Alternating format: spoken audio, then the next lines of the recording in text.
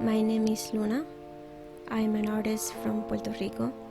I am an art history student, and today I'm talking about a man who needs no introduction, especially not this week.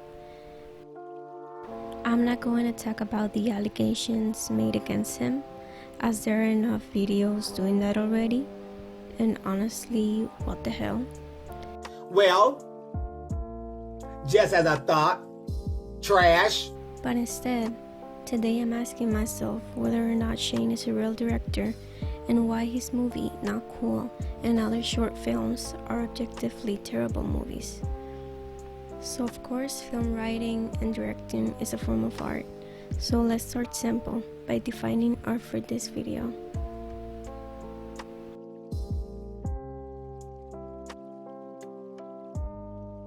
Art is defined by Wikipedia as a diverse range of human activities in creating visual, auditory, or performing artifacts expressing the author's imaginative, conceptual ideas or technical skill intended to be appreciated for the beauty or emotional power. To this, I would like to add that art satisfies us when we see it or hear it. Art evokes our emotions. Art has intention and/or purpose. Art has quality. Art is imaginative. Art is subjective but showcases skill and knowledge. From poems, paintings, drawings, dancing, singing, playing guitar to writing novels, all of that is considered art. We're gonna focus obviously on films, since that is Shane's medium, quote unquote.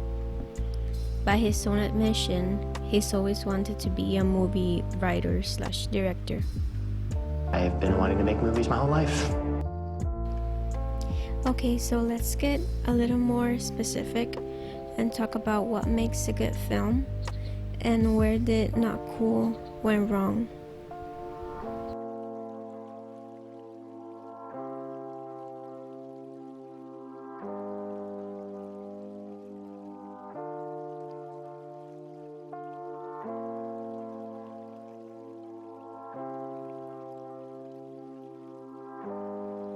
I'm going to use this video to explain this better.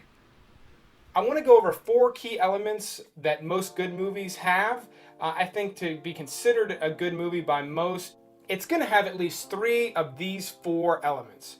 The first and possibly most obvious is story. Movies are just a form of storytelling, so you have to have a good story. A good film is never made out of a bad script. So the second of the 4 elements is a little less obvious. In fact, it's one of the more invisible elements we're going to talk about, and that's pacing. Even though pacing is the most invisible, like I said, it can also be the most noticeable when it's done poorly. If the pacing's off, I may enjoy it on the first watch, but it's not going to hold my interest on multiple viewings because I know what happens. There's not really a pace to the storytelling that sort of keeps me in my seat and invested in the movie. I just mentioned production value. When I say production value, I'm not necessarily talking about budget. There are plenty of really great movies that were done for very low budgets for their time. Basically, if all of the production elements really don't come together and really create this world that you're trying to delve into for an hour and a half or 2 hours, then that takes you out of it as well. So now that we've covered the elements that make a movie good, what's that one thing that makes a movie great? For me, it's time and only time. I do not think you can judge whether a movie is truly great when it's first released. Is it gonna stand up to the test of time? Is it gonna still be watched in 10, 20, 30 years from now?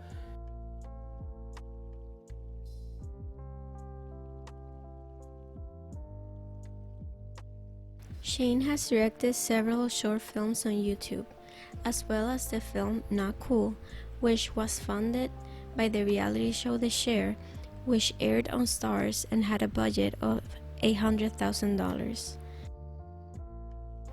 Per Sundance Film Festival, the average independent film budget is actually $750,000, as in 2014, which is the year Nakul was filmed.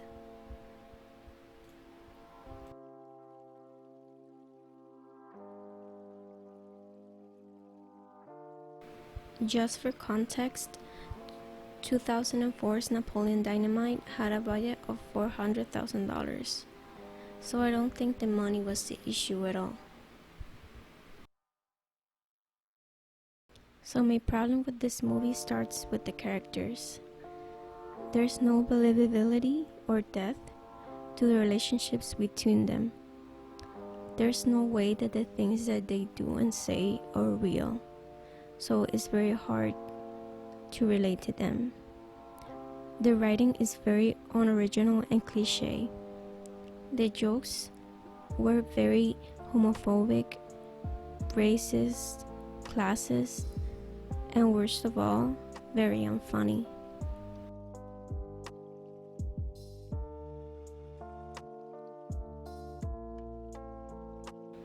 There were a million vomit jokes, fat jokes, just very long-hanging fruit. I never laughed, not even one time. And so I feel like if it's a comedy, but it's not funny, then I think it's a fail. It's not funny! It's not funny, okay? So the pacing was really weird. At first, it goes really slow, and you don't understand why the characters are friends with each other. And then you get to the end of the movie and you don't understand why the main characters are in love with each other, since they seem to not like each other for most of the movie. As for production value, I don't have much to say. It looks good, just a little bit basic. And for time, this movie didn't hold up in 2014. It definitely doesn't hold up in 2020. I think it didn't age very well, especially with the racist jokes. Not that they were funny back then, but they're worse now. This movie was basically an hour and a half long video of its whole content. To help me articulate this better, I'm gonna read this Rotten Tomatoes review.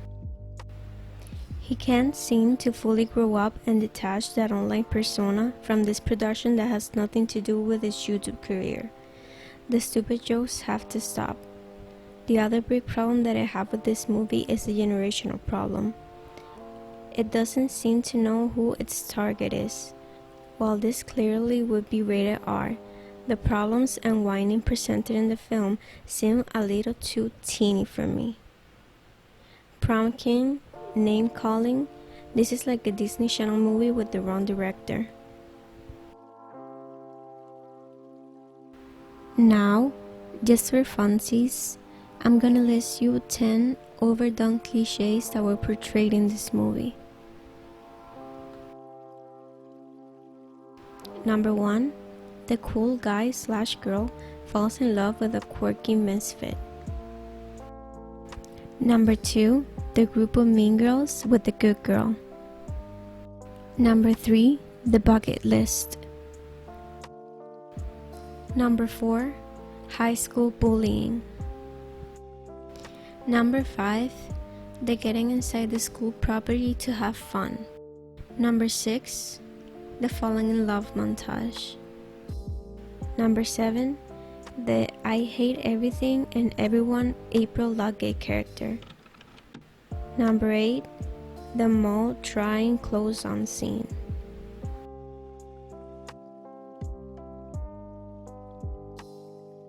Number 9, the I don't dance scene.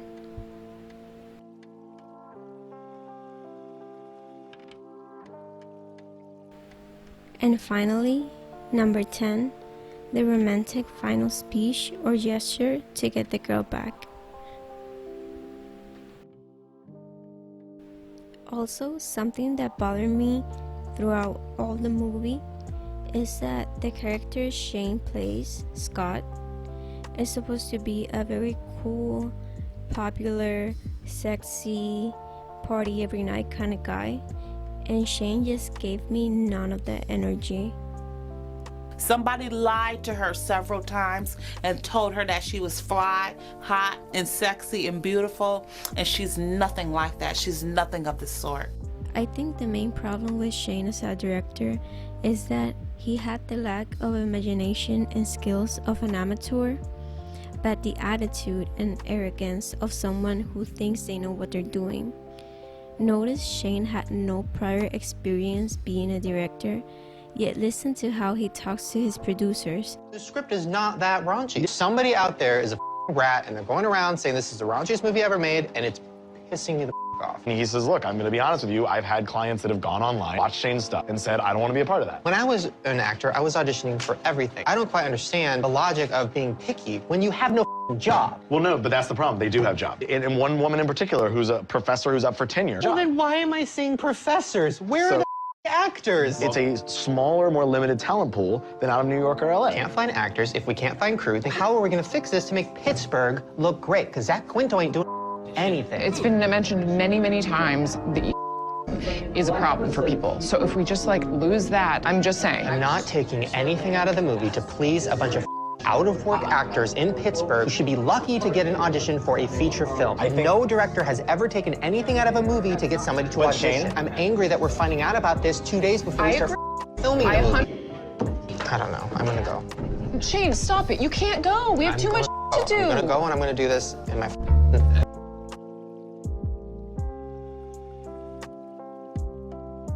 What differentiates an amateur from a professional? I'm going to use the book The War of Art by Steven Pressfield to help me out with this one. He has a very long list, but I'm only using 3 for the sake of being concise and staying on theme. Number 1, a professional works on his craft and respects the people who came before him. It's fine that you're saying Facebook. I just want to say it too many times. But she also said you Facebook stalks. I know, so we can use it, but say if the opening montage doesn't have Facebook and it's like generic, whatever. Do you not understand what I'm saying? I She do. says Facebook No, I do. stalking. It's okay. It's okay. Then why are you saying it's not okay if Because you say she's saying it twice? so many times that So we it's can like. only say it once? So then we either can say it or we can't. No, I that's don't not- Do you understand what she's saying? it's No, I don't either. just Okay. just the second one, the line. Let's get to acting notes and not like word notes. Number 2, a professional does not take failure personally. He separates himself from the instrument. We have a movie that can still be better, but in the way that you envision it. Not about changing your vision. Do you see it as something that you still want to work on and make better? And You then- guys, I'm really annoyed because I feel like I have not come across any less than a collaborative person. If you guys told me, like, hey, I think there's a lot of work to it, I'd be like, okay, great, let's do it. You won't read the notes? I want to see all the notes. You said the opposite to me. No, You specifically told me that night, you guys are gonna send me the notes and I'm never gonna read them. I mean, as a joke. But it's been a week and you haven't read them either, so I mean, that's... I don't know where they are. Because I knew you guys were gonna come and say, hey, listen, this is the consensus from the cards. That's different than reading them. I'm supposed to read every single card? I read every single one. I mean, Number 3, a professional doesn't show off. two little things. I wanted him to add a beat of the party bus with silence. I agree. So that's it? Listen, That's I've fine. compromised a lot in this movie, but like, if I want 1 extra second, just let me have it. No one's not letting you have You it. shouldn't feel like I've compromised. I feel like you've learned and you've gotten notes. There's certain things that I don't like that are still there. Like, I have definitely compromised. You have final cut on that. I feel like I've been very open to every note, every suggestion, everything. I've never like yelled at you guys that I don't know.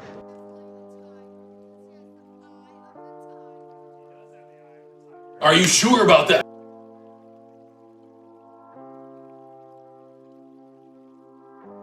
No artist can truly evolve without taking criticism into account.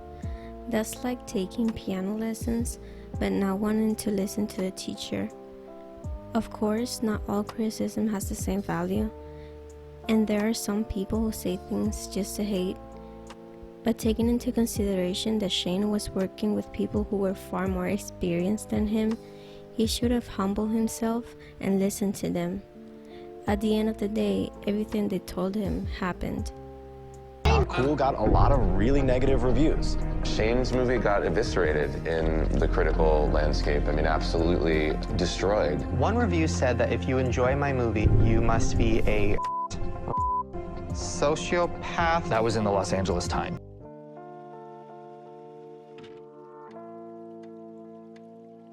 There are two things I liked about this movie. One, I think there is some potential talent. Two, and this is me being really biased, I love me some Drew Monson. I think Drew is one of the funniest people in the internet. Now listen guys, looking the way that I look and sounding the way that I sound, I don't really get along with boys my age. As you can probably guess, my male peers are not huge fans of what I've got going on here. And I brought this up before, sometimes it'll be as simple as a word they yell at me from their vehicle, sometimes they'll express this to me by a face they make at me as we're walking past each other on the sidewalk, something like or which kind of just says, look, I don't have time to get into the specifics right now, but I want you to know, sir, that I'm not okay with this. Now, the reason I bring this up is because something happened. I was threatened recently.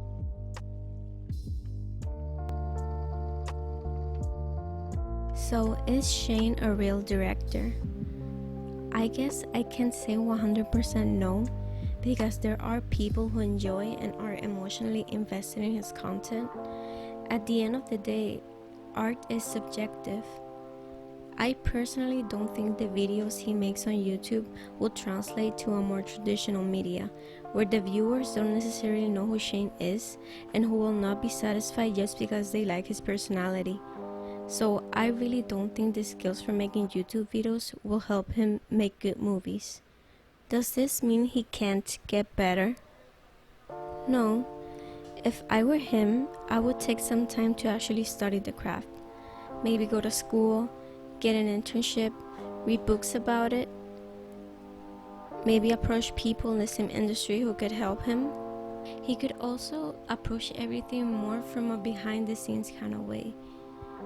Instead of trying to act and direct himself, maybe direct other people. I think he needs to get his audience interested in the craft and art itself instead of interested in him as a person. I can't say that Shane is not a real director, but what I can say is that he makes bad movies.